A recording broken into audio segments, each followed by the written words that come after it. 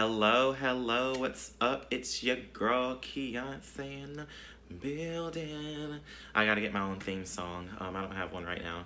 But yeah, I'm Keon of Millennial Soul Food. Thank you so much for checking out this video. So I wanted to get on here and talk about this Saturn-Pluto Conjunction, because there's a lot happening, and this isn't gonna happen again until I am 70 something years old. This is not going to happen again until like over 35 years from now. So I just want to get on here and talk about what's happening, and then ways that you can prepare, and ways that you can just kind of like, I guess, take advantage of this energy and get the most from it. So the agenda for today is that we are going to talk a little bit about, if you see me looking down, I'm looking down at my notes, but we are going to talk about the astrology of what's going on. I'm going to give you a little tutorial. This is a little drawing that I did. We're going to talk about the sociology and astrology of what's going on. So I don't know if you know, but I am an academically trained sociologist, and one of my hobbies is looking at the ways that astrology impacts society. I've read like a lot of books on it, and I think it's something to it. It's something to it. So yeah, we're gonna talk about some current things that are happening with this Saturn-Pluto conjunction, and then I'm gonna do a little historical overview. It may not exactly be in that order, but that's just some stuff I wanted to tell you about. And I also have my tarot cards, so we're gonna do a little reading at the end. So yeah, just sit back, relax, and get your notebooks, because we about to spill a lot of tea. You know, I'm gonna be talking about a lot. I am feeling in a good mood. Point blank period. Point blank period. Yeah, let's get into this. But so let's think about this Saturn and Pluto conjunction. Whenever people, I want to give you sort of a pictorial, like, representation of what's going on. So let's see this. This is like a circle. This is like the solar system right here. And so this is the Earth, and this is kind of like a very simplified birth chart. But the Earth is right here, and so you have, this is like Capricorn, then you have Aquarius, you know, Capricorn, Aquarius, Pisces, Aries, Taurus. I'm singing the Beyonce song because that's how I remember this. But anyway, so y'all know that sign song? Capricorn, Aquarius, Pisces, Aries. I'm kind of hoarse right now. I had a sinus infection a few weeks ago, but excuse my singing. Anyway, so let me get my pen so I can be scholarly. So you have the Earth right here, and then you have, this is the Capricorn area of the sky. So if you look in the sky and you see the Capricorn constellation, that's the area that it's in. And so you have Pluto and Saturn. They are in conjunction, which means that they're lined up and they're like in the same sign basically. So it's a transit where they line up with the Earth. And so this transit, so this is going to stay in Capricorn. So I think it takes Saturn 30 years approximately to do a whole orbit. So that's why people say whenever you're in your Saturn's return, you're around 28 to 30 years old, because Saturn is back in the position that it was in whenever you were born. So this math is kind of confusing sometimes. But so this is a particular transit. It takes Pluto, I think, approximately 80 years to do a full rotation around like Earth. If you're thinking about it like Pluto's rotating around Earth, this is like a Plutonian year. So it's like nearly 80 years. So this is like, this hasn't happened. This transit right here has not happened since, let me get my year together. By the way, I am getting a lot of my dates from my boy Terrence Guardino. A lot of these facts, you know, what's up? So let's see. So Pluto So this Saturn-Pluto conjunction was not happening in Capricorn. So this Saturn-Pluto conjunction in Capricorn has not taken place since the 1762 through 1777. That's when this transit last happened. That was a conjunction in Capricorn hasn't happened since the 1700s. It was transiting Saturn. The last time that Saturn was transiting Pluto and Capricorn was around 1762 through 1777. And between these periods, we see the rise of the Industrial Revolution. There's the American Revolution, which had led to the establishment of democracy, quote unquote. Whatever democracy means to you. Black people were still like enslaved at that time. So I think of democracy differently from a more critical Black studies point of view.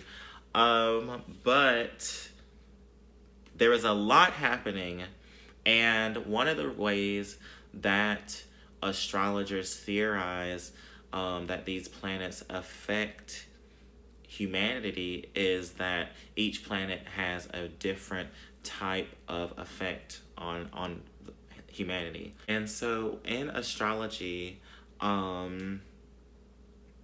each planet has a different significance, and then whatever area that it's in, that dictates kind of the energy or the place in society that it affects. So Saturn is a planet that brings a lot of responsibility. It's kind of known as father time. It's kind of like, that's why whenever people have Saturn in their transit back in the place that it was in when they were born, it's like they got to get their shit together, or else their life is going to be kind of messed up, because Saturn really encourages you. It encourages your personal development. Like, it encourages you to take responsibility for your life and really think about the ways that you can maximize your being. So I think of astrology and the ways that it affects humanity as driving these cyclical changes that happen throughout time, these changes that have happened throughout history. So in terms of thinking about the Industrial Revolution, we look at the placement of planets because these planets affect different areas of society. And so Pluto is a planet of transformation. Like, it's like fuck this shit. So sorry. So Pluto and Saturn, they bring this kind of these two energies together in Capricorn. And Capricorn, in terms of the place that it affects society, is in laws, government, international trade. So we see a lot of global changes, a lot of necessary changes that are being brought forth in this system. And so this can also affect the democracy, quote unquote. I mentioned earlier that whenever the United States was formed in like 1776, which was when this transit was happening, Black people, there were all kinds of people who were still enslaved. Native Americans were there was a lot happening with them. That was basically genocide. So there was a lot of things happening, and this system was built on the backs of Black people, Native Americans, and all kinds of immigrants. And so I think Pluto especially is bringing this this kind of energy of necessary transformation. And so you can think of this as happening with the movement of time. So this particular transit, like I said, it hasn't happened since 1762 through 1777. And so in Capricorn, it affects the laws and governance, like I said, and economy. And I have a little list here of some things that we can think of in today's world that are being affected by this transit. And I think it's important for us to think about the ways that this transit affects us afterwards, and the ways that we can change and we can think about sustainable change for society so that we can work in kind of like a flow with these kinds of necessary pushes towards transformation. Because Pluto don't play. Pluto don't play. Saturn don't play. Capricorn don't play. I have 5 planets in Capricorn, and it's like, it's hard. But I will say I am driven to maximize myself, point blank, period. Okay, so we are seeing the rise of resistance against corporate power. And this corporate power is built into the very fabric of this current political and economic system. So we are seeing a lot of breakdown in the economy because the ways that these corporations have been going about business is not sustainable for all of the people in this system. And so with this transit, this is bringing this into focus. Saturn and Pluto in Capricorn is bringing this into focus, and it's saying we need like a revolution or something. We need something to change. Back in the industrial revolution, those people who came over this country were looking to establish a system outside of the monarchy, out back in Britain or whatever. This is a little bit of European history. But yeah, they came over here and established a democracy. I mean, a lot of it is based in a lot of blood. So we see this change and this shift and this kind of like superpower establish itself during this time. We see the movement of these people over here, and they establish themselves. Well, you know, the American Revolution, there was like Civil War also between the North and the South, which then whenever the North won, that is when they established the modern age of industrialization, urbanization of, you know, a lot of city centers and stuff like that. So that's a little bit of history behind it. But the Industrial Revolution, like Lincoln, I mean, a lot of people do think that he was like concerned about like enslaved black people, but actually it was an economic incentive because the North was already operating under industrialization. And you can think of industrialization as these factories like outsourcing. Well, I guess it wasn't outsourced totally like to China or anything like that, but it was kind of like more of, you can think of this as Marxist, it was more of a separation, an alienation of the person from labor. So it's like there was a change from farm economy into people going to factories to work on assembling cars, to work on assembling different parts of different things that are in society. And then you have these people who were over these corporations that got rich as hell. So, yeah, that is what has happened. And now we are leading up to a place like where there are people who are poor as hell.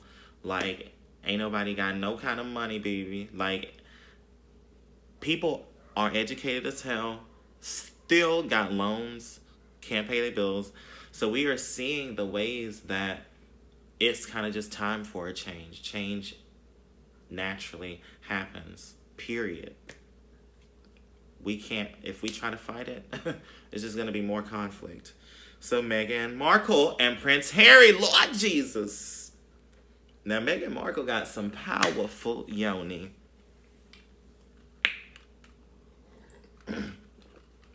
You telling me she got Prince Harry leaving, being like, okay, damn. So she got Prince Harry. They was like, we leaving, we peacing out. Like, I don't know what y'all gonna do, but y'all stressing us out. So we gotta go. So they're moving to the United States apparently, and this is unheard of. And this also is a sign that people in this generation are not really here for a lot of the charades that has gone along with politics around the world. global politics. Think of the monarchy and think of the ways that they've been dragging Meghan through the dirt. Think of how they did Princess Diana, dragging her through the dirt. But also think of the ways that like it creates this precedent that is very destructive to people like, you know, Megan. And I mean, I'm not also, I understand that there's a lot of privilege involved in that and stuff like that, but I think this is just a sign that this system, this monarchy, it's also experiencing, it's going through change, and this is a signal that it needs to change and that it will change in the future, according to the planets. So also we have Australia is burning.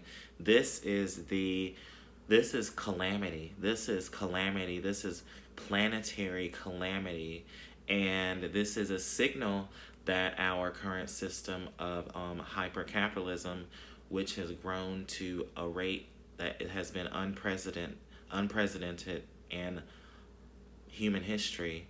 What we're doing to the earth right now is not sustainable, and generations have to deal with these kinds of laws that the current administration is enacting, as far as deregulation of corporations and monitoring their activity, and how it affects the environment, pollution. Google it. Just Google it. So also, Iran, the beginning of this. So you never know with this kind of stuff. Like, I don't know. You never know with war. There is always an ulterior motive. Study your history. I'm saying this as a sociologist. There is usually an economic incentive for war whenever it is on the part of the United States. I taught this class when I was in grad school at the University of Michigan on Iraqi and U.S. relations, and you really got to just understand war. There's a lot of layers to it, and there's a lot of propaganda that goes into it, and there is a lot of hysteria that is driven by this propaganda. So think about a lot of this. We have international trade agreements that are, there's tariffs. International trade agreements are changing. You see them avocados, they more expensive. As we experience the repercussions or the effects, I don't want to say repercussions, but as we experience the effects of what this Saturn-Pluto conjunction in Capricorn is bringing up, we are going to see more of this kind of stuff play out. So let me look at my notes. Point blank period. Bottom line is, in astrology, we see humanity on, I would say, it's like a macro scale, and we look at the ways that these planets are creating these kinds of this kind of environment, this cosmic environment that pushes different types of change. So we see that there is a lot happening in the world. I'm not going to go through example, but also on an individual level, I would say I have been doing a lot of readings lately, and a lot of my tarot readings I've been getting the push for people to get their finances together, to really understand that this system is kind of breaking down, especially understand how this is going to affect you as a Black person, as a person of color, as an indigenous person. Really understanding the history of all of this, and we need to be in the know. And I mean, it's more than just saving up money. This is about understanding how to survive, and also understanding the ways that this system does need to change. And so this is kind of a sociological point of view. I do love horoscopes and stuff like that, but I prefer to use tarot for more individual type of stuff, along with looking at the ways the transits and stuff like that. But okay, so let me see. So in terms of thinking about the ways that individually this can affect your life, transits like this can always drive you to transform um, transform yourself, and also transform the ways that you are operating economically. I'm just going to say that that is a kind of general thing. I'm going to do the cards right now. I'm going to pull 3 cards. But yeah, on an individual basis, like, really soak in this information and understand that it's a lot happening around here. A lot of energy that's going on. Let's pull these cards. All right. It's been 23 minutes, y'all. Okay. All right, so right now I'm going to pull these cards. So let's look at some things. Like, this is also about the new year. So with the new year, you want to, and with this, you want to purge stuff that's keeping you from your flow. We are in Capricorn. Saturn and Pluto, this is about transforming your shit so that you can take accountability for different things. Take accountability for your life. Take accountability for the ways that you can revolutionize your life. You know what I mean? We all have gone through stuff, but this is 2020. We are entering new ways of operating economically, of operating financially, of operating spiritually. We're more connected than we've ever been. There are innovations in technology that have created the conditions for us to live in ways that we've never been able to live. So take advantage of that. This is 2020. This is Octavia Butler year. That's what I think of this as. I'm all Afrofuturist, baby. Afrofuturism, that is my life. That is my philosophy. That is my way of being. That's my Ashe. Shit. Okay, so I'm just shuffling these cards up right now.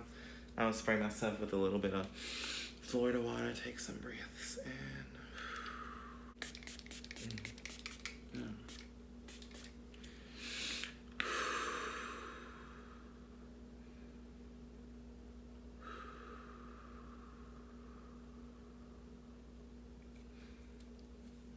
Okay. Are you ready? Do you have your journals? So I'm going to draw the energy. What is the energy of this Saturn-Pluto conjunction in Capricorn? And what are the lessons that we can take, ancestors? I want to ask you that you deliver the message that we is looking for today. Hallelujah. All right. Thank you so much for your blessings. Thank you for always turning up. Thank you always for showing out. Amen. All right.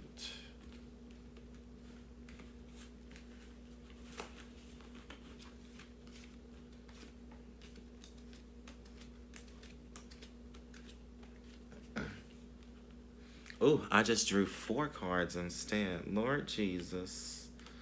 Ooh. Oh, yes. All right, this is what's up. Okay, so I will do these cards right here first. So we got the Strength and the Sun card. So these cards are very optimistic cards. And, well, the Sun is very optimistic. I would say that in this context, this is saying that we need to have optimism and understand that we do have the strength to tame this lion, and understand that although change is inevitable, hallelujah, you got help, hallelujah. We got the sun. The sun, this is optimism. Look at that baby right there. This is positive energy. Very positive energy. Very positive energy. I love it. The Strength card, this is all about tackling your fears. So Saturn is the card, like I said, of responsibility. Pluto is that deep, dark energy. And I don't like saying dark in terms of like the color's way of, that deep kind of like just energy of fear, that shadow energy. It's all about transformation. So how are we gonna tame the ego gracefully and understand that we need to have strength through these times? Things do seem real messed up, because they is, but we have to be optimistic. All right.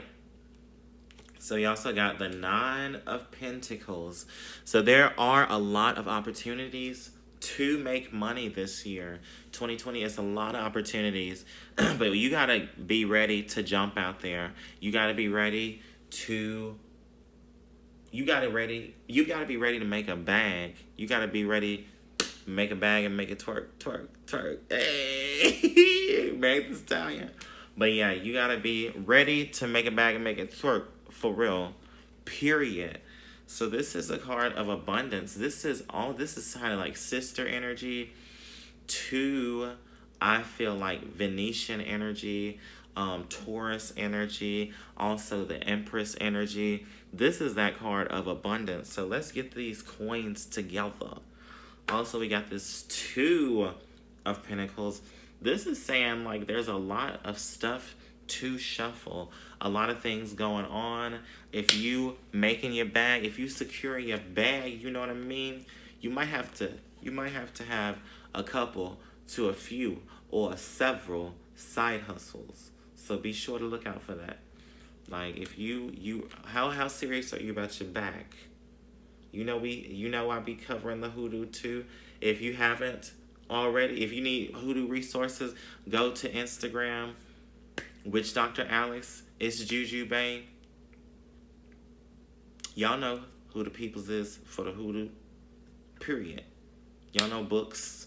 Mojo working. I mean, I like kind of a lot of my stuff the hoodoo stuff that I do is kind of like, I guess, oral tradition.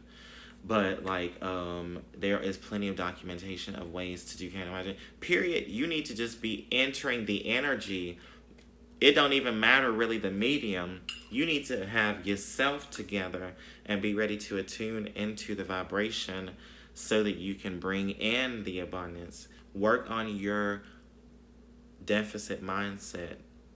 Really think about how you can build that sustainable wealth. This is coming through in a lot of my readings. So just pay attention to that. Because this is money, child. So really think about the ways that technological innovations have fueled these changes, and think of the ways that you can make more money. Also, how are you going to sustain yourself? So this is outside money. This is earth energy. Earth is about resources. So outside money, think of the ways that how is your family going to survive? How are you going to survive? Do you have chosen family? How is your chosen family going to survive?